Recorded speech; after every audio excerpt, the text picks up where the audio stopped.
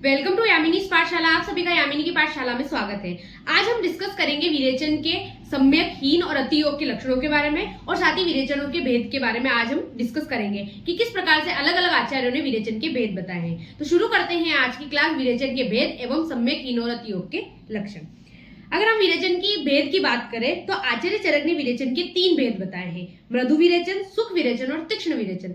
मृदु विरेचन का अर्थ होता है मलों को बिना पकाए मल को प्रवृत्त कराना, अर्थात अब अधपके या फिर ऐसे कह सके अपके मल को शरीर से बाहर निकालने वाले जो विरेचक द्रव्य होते हैं या फिर वो विरेचन कर्म जो होता है वो मृदु विरेचन कहलाता है। ठीक है, ये जो होता है वो अल्प कष्टकारी होता है, इसमें किसी प्रकार का कोई कष्ट नहीं होता है। और इसमें क्या किया जाता है, शोधन, मतलब इसके अंदर कोष्ठ का शोधन जो है उसके लिए इसका प्रयोग किया जाता है। साथ ही ये क्या होता है, वातानुलोमन होता है। ठीक है, वात का क्या करता है, अनुलोमन करता है। तो इस प्रकार से आचार्य चरक ने मृदु विरेचन का इस तरीके से वर्णन किया। अगर दूसरे की बात करें सुख विरेचन, सुख विरेचन का अर्थ होता है जो सुख पूर्वक शरीर से मलों को बाहर निकाले, गुदमार्ग से बाहर निकाले, अधोमार्ग से बाहर निकाले, तो उसे हम क्या कहते हैं, सुख विरेचन।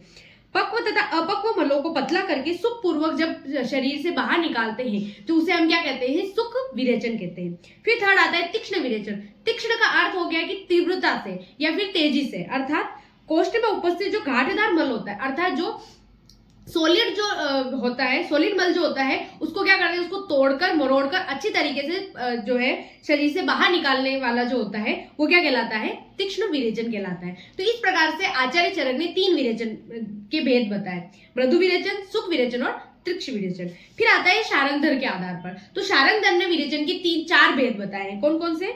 अनुलोमन, संसर्जन, भेदन और रेचन। अनुलोमन का अर्थ होता है कि एक तरीके से सीधा जो उसका मार्ग है, प्राकृत मार्ग, उसके हिसाब से निकालना, तो वो कहलाता है अनुलोमन। अर्थात मलों को पकाकर, विबंध को दूर कर और मल का निष्कासन अधोमार्ग या गुदमार्ग से जब होता है तो उसे हम क्या कहते हैं, उसे हम कहते हैं अनुलोमन विरेचन। फिर दूसरा आता है संसर्जन। संसर्जन का अर्थ होता है कि कोष्ठ और आंत्र में चिपके हुए जो मल होते हैं उन मलों को वहां से कुरेद कर एक तरह से खुरच कर शरीर से बाहर निकालने वाला जो विरेचन कहलाता है वो कहलाता है संसर्जन विरेचन।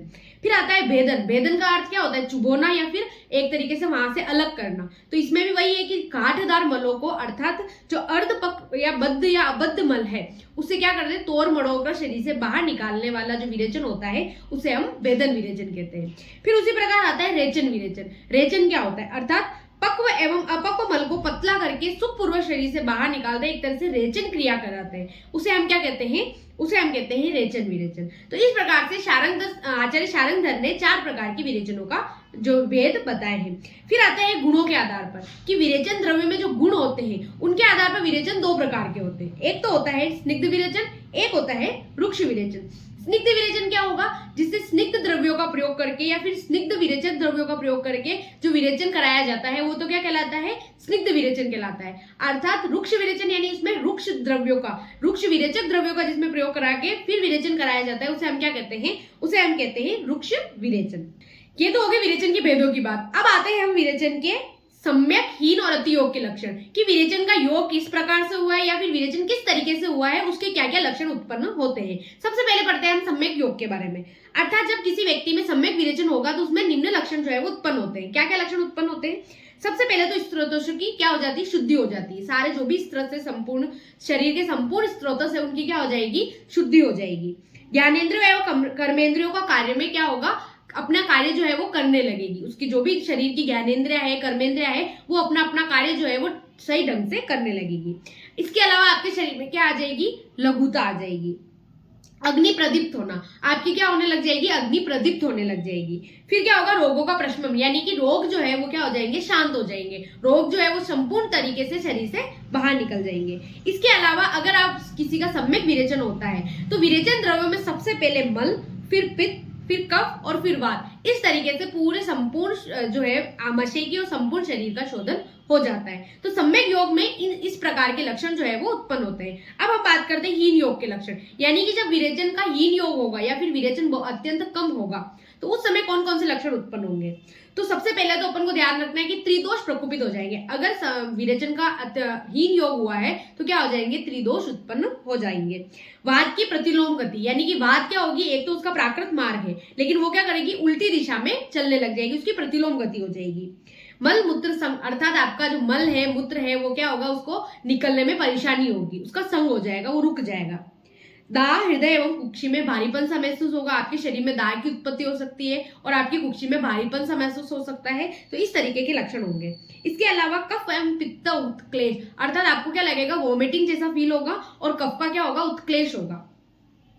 प्रतिशाय, पीनस, कंडू एवं अरुचि, अनेक प्रकार के रोग जो है वो भी उत्पन्न हो जाएंगे। तो इस प्रकार से हीन योग में ये लक्षण जो है वो उत्पन्न होते हैं। अब हम पढ़ते हैं अति योग के लक्षण, कि यदि विरेचन का अति योग हो जाता है या फिर ज्यादा मात्रा में विरेचन, एक लिमिट से ज्यादा मात्रा में विरेचन हो जाता है, तो विरेचन के अति योग में कौन कौन से लक्षण उत्पन्न होंगे।